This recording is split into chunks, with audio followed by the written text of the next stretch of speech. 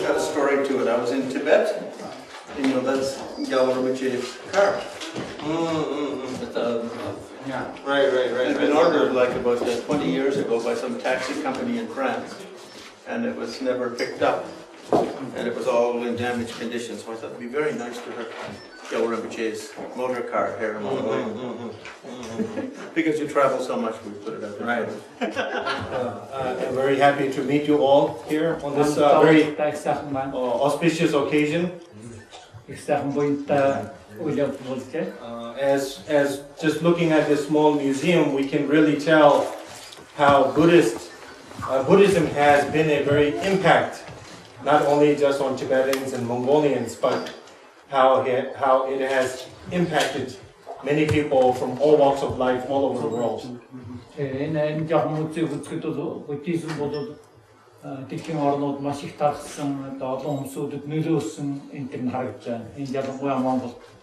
think Buddhism is not just a form of philosophy or a religion or a faith, but it also can be part of our art or part of our way of life. And I think Roerich has really showed us that there's many ways to learn about Buddhism. Not necessarily we have to sit in meditation. Not necessarily we have to read many volumes of text. But we can also learn about Buddhism through art, through culture. And I think this is what Roerich has really done a tremendous job presenting Buddhism through art. I personally myself, I'm not an artist, but I can definitely say that some of Roerich's art has made an impact on the way that I vision things or the way that I view the world in general. And also I have learned that because of how art can be an impact on individuals' lives. And I also try to also reintroduce people to Buddhism through art as well. And I think this small museum, I think in the future will definitely grow and definitely be a symbol of revival and development of Buddhism. I myself I'm born in a Kalmukia family. I was born in the U.S. in a city called Philadelphia, and as a child, I had a very big interest in becoming a monk, joining a monastery. So I think these were possibly could have been signs, or bhagja. How do you say bhagja in English? Karmic predispositions? Yeah. Karmic destinies? Karmic destinies of the previous Telo Hutaght among the Kalmukia community. Upon the advice of His Holiness the Dalai Lama, in 1979, my parents met the Dalai Lama in New York, and my parents informed His Holiness, and His Holiness' advice was to send me to India to get a proper education. And my parents sent me to India. Once I arrived in India at the monastery, the older monks kind of saw certain signs or things that I might have said or things that I might have done. There was some kind of, what's the word I'm looking for? Some kind of signs. Yeah, signs that possibly he could be a reincarnation. 2 months later, His Holiness give the recognition as the reincarnation of Telo. I grew up in India since the age of 7. I spent 13 years in the monastery. And 1990, in the early 90s, after the collapse of the Soviet Union, I was invited to Kalmukia and to help them in developing Buddhism in Kalmukia. And I took on that responsibility only because my parents and grandparents came from Kalmukia, and I felt the responsibility as well. 1992, after the collapse of the Soviet Union,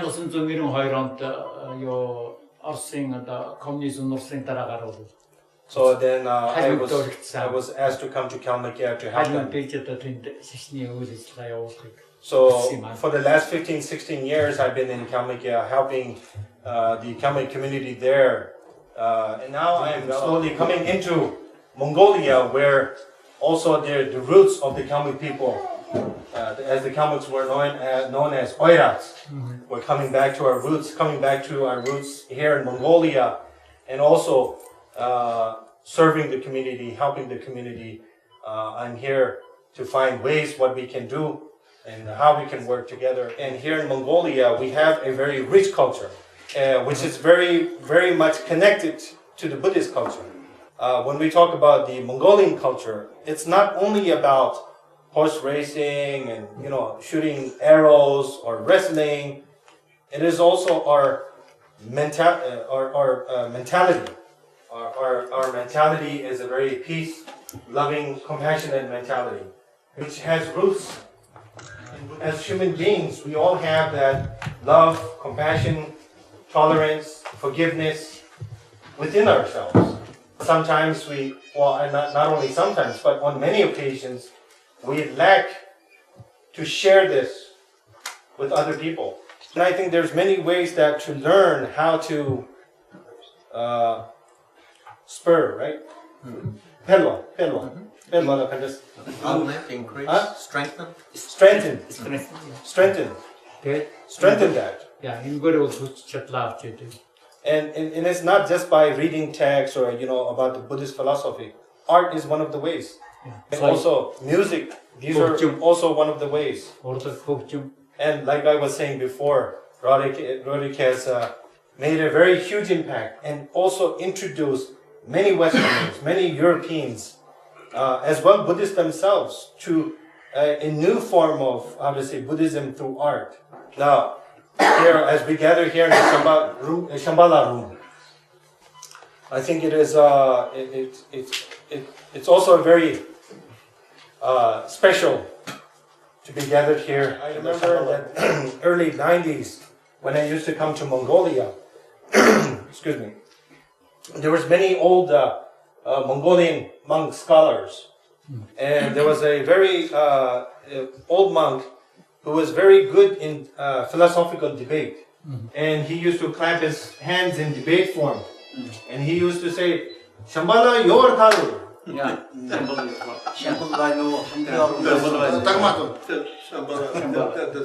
Does it exist? Is it a reality? Yeah. And he used to ask that question every day. And that time I was only 17, 18 years old. Typically,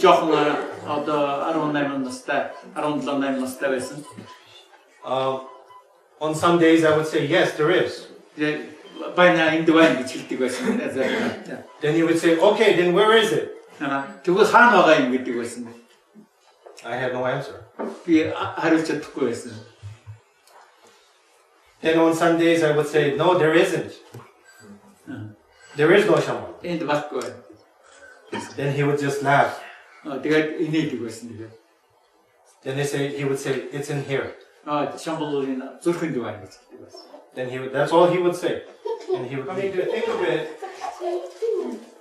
there's many, many explanations. And I think in the Tantric Buddhism, there's more of a higher explanation. A different level of explanation. And that I cannot explain. And the reason is, I'm not a Tantric practitioner. I haven't received many teachings on Tantric Buddhism. And I think Glenn can probably give you a better explanation than me. And the reason is because when he was studying, I was just a child. I was 7 years old. He already had gray hair by that time.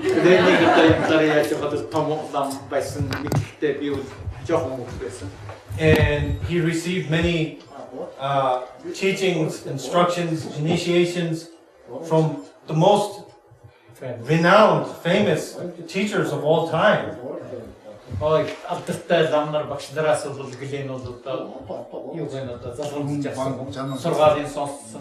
Just like His Holiness the Dalai Lama's senior and junior teacher, Chijang Rinpoche, Jabjiling Rinpoche.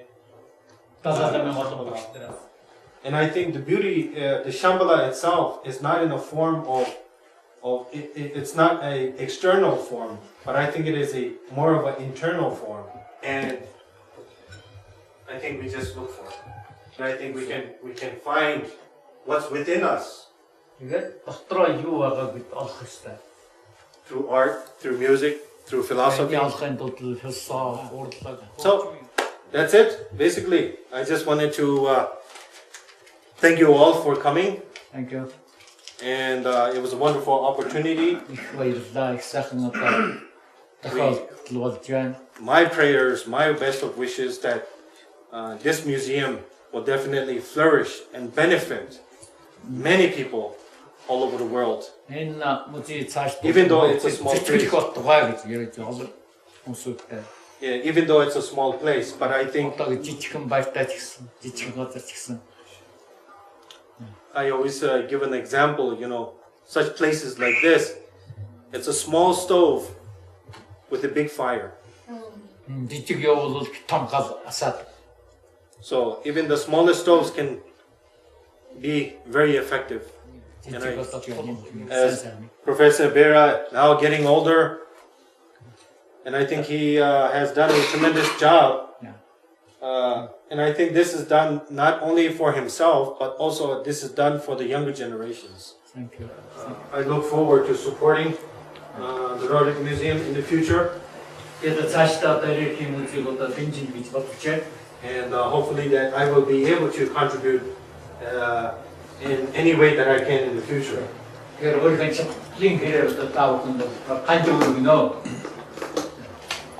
Thank you. Thank you. Kêu thì nhiều Nhiều đó, Telo Hutaght will true here. đi sala go bar show.